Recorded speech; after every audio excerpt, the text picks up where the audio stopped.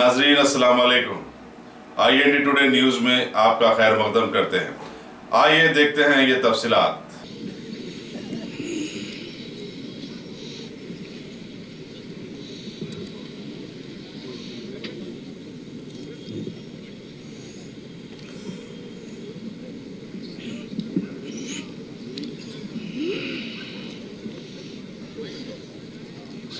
बिस्मिल्लाहिर्रहमानिर्रहीम।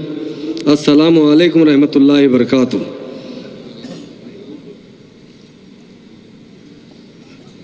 आज इस जलसे का जो इन्वान है कौमी यकजहती, उसके लिए आज के सदर शेखुल इस्लाम मोहतरम मौलाना सैयद अरशद मदनी साहब क़िबला सदर जमअतुल उलमा हिंद,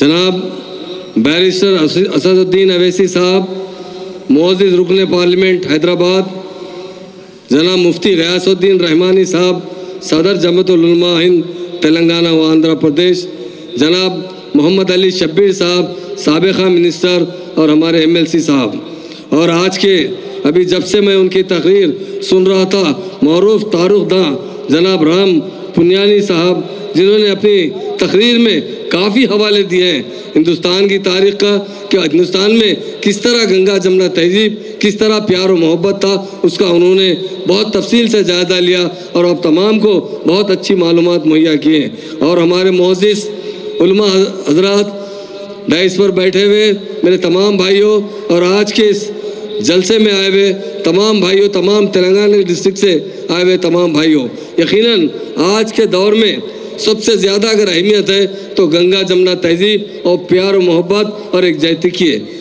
लोग इक़्तिदार के लिए लड़ते हैं, लोग दौलत के लिए लड़ते हैं, लोग अपना अपना रुआब जमाने के लिए हम लोगों में तकसीम कर रहे हैं। ख़ास तौर से राम पुनियानी साहब ने जो बात कही, ये अंग्रेज़ों के दौर से ये बात शुरू हुई। इससे पहले बड़ी गंगा जमुना तहजीब थी, जितने बादशाह होते थे उनके वज़ीर हिंदू भाई हुआ करते थे और जितने हिंदू राजा हुआ करते थे उनके मुशीर मुस्लिम भाई हुआ करते थे।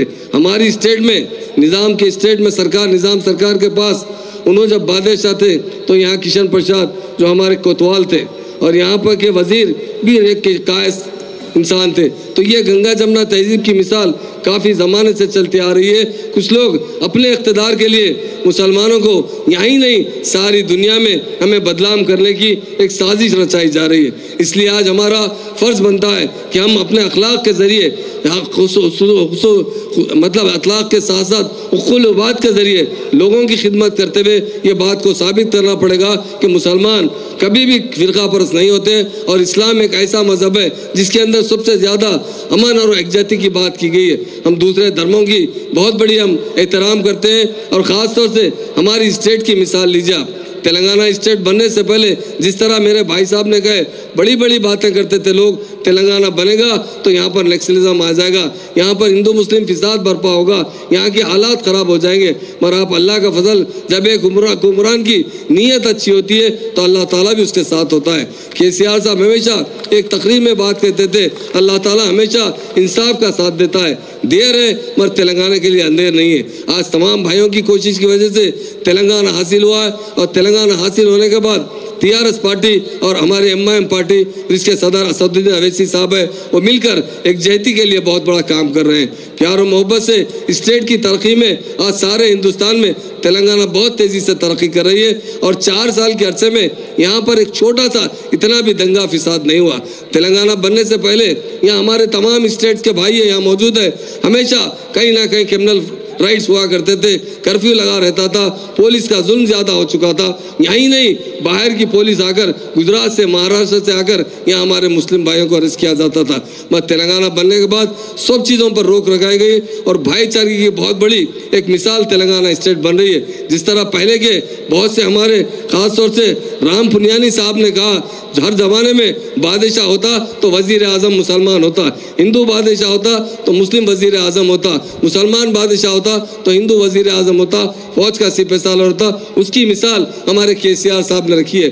KCR साहब चीफ मिनिस्टर है तो डिप्टी चीफ मिनिस्टर एक मुसलमान को बनाकर ये बात साबित कर दी कि हमारे स्टेट में इस तरह की गंगा जमुना तहजीब है।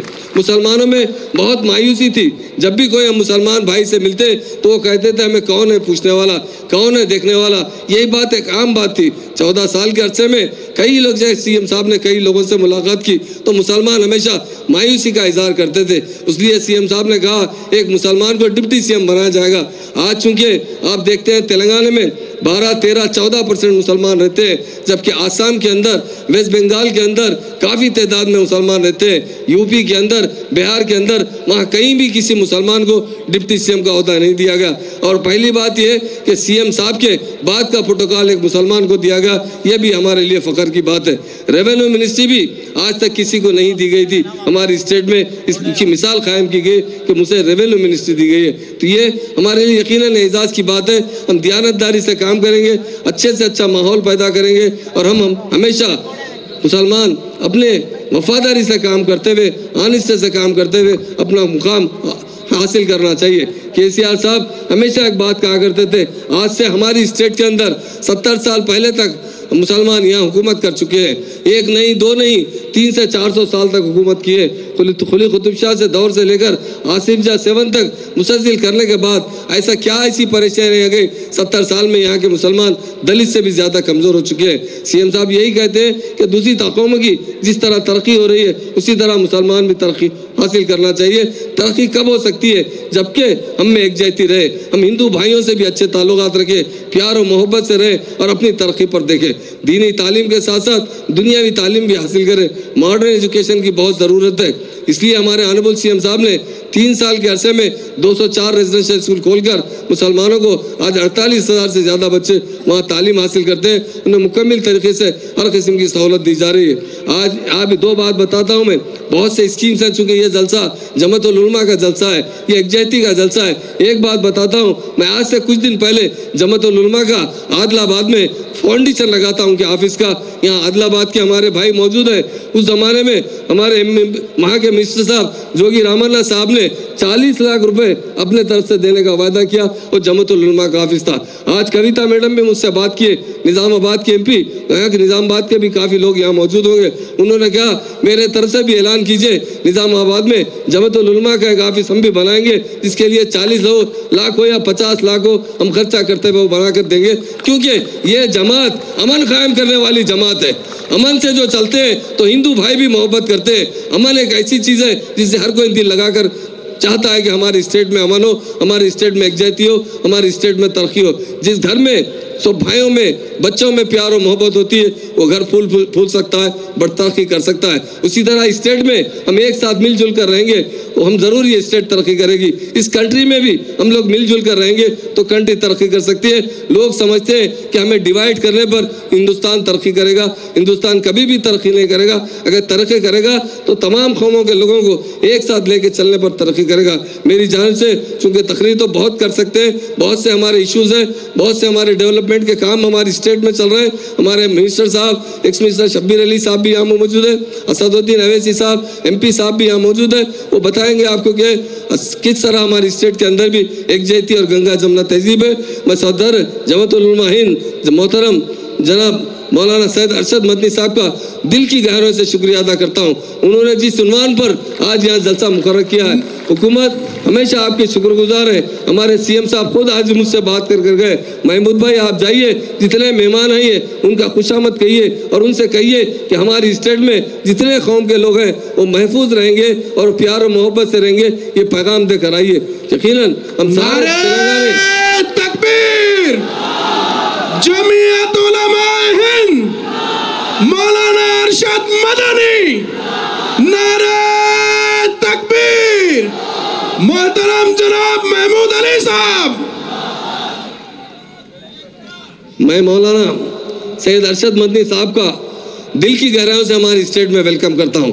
आप इस ज़मीन पर कदम रखेंगे तो ये ज़मीन में यकीनन तरक्की होगी हमारी स्टेट की। इससे पहले तबलीगी जमात का इज्तिमा था, उन लोगों ने कहा कि हमको क्या कंसेशन दिला सकते हैं लाइट के अंदर या देरों के अंदर, दूसरे चीज़ों के अंदर। मैं एक ही बात कहा, आप हमारी ज़मीन पर आकर आप इबादत कर रहे हैं, ये हम आपके शुक्रगुजार हैं। जहाँ इबादत होती है वहाँ अल्लाह की रहमत बरसती है। अल्लाह वाले लोग यहाँ पर मौजूद हैं, ज़रूर अल्लाह की रहमत यहाँ पर रह पड़ेगी और हमारी स्टेट फूलेगी, फलेगी, तरक्की करेगी। जो लोग फ़िरका परस्ती का मुजाहरा करते हैं वो कभी आबाद नहीं हो सकते, वो बर्बाद हो जाते हैं। मिलने जुलने से ही प्यार और मोहब्बत बढ़ता है, इस्लामी तालीमात है। मैं दिल की गहराई से जमात उल उलमा के तमाम जिम्मेदारों का शुक्रिया अदा करता हूँ जो यहाँ पर जलसा मुकर्रर किए। और एक बात की माजरत चाहता हूँ कि जहाँ का जो कॉलेज पर जलसा था, निज़ाम कॉलेज ग्राउंड पर, किसी वजह से पुलिस के लैंड ऑर्डर चुके सामने जो फतेह मैदान ग्राउंड है वहाँ पर भी आज भी जलसा एक प्रोग्राम है, जिसकी वजह से ट्रैफिक को कंट्रोल करना, लैंड ऑर्डर को कंट्रोल करने की तकलीफ हो रही थी। इसलिए मैं असद भाई से भी बात किया और उससे सब मिलकर तय करें कि यहाँ पर करेंगे। इंशाल्लाह इस ग्राउंड में अच्छे से अच्छा जलसा होगा। अभी मुझसे कहा गया कि 11 बजे से थोड़ा लेट होगा। मैंने कहा कि आप 1 बजे तक कीजिए, आपको कभी, और हमारी पुलिस आपके साथ पूरा ताउन करेंगी। हिंदुस्तान में सबसे अच्छी पुलिस है तो तेलंगाना स्टेट की पुलिस है। जी बात बताता हूँ, जब तबलीगी जमात का इस्तीफा था तो पुलिस ऑफिसर रोने लग गए थे आप लोगों के अमल को देखकर। अरे क्या डिसिप्लिन है इस कौम में।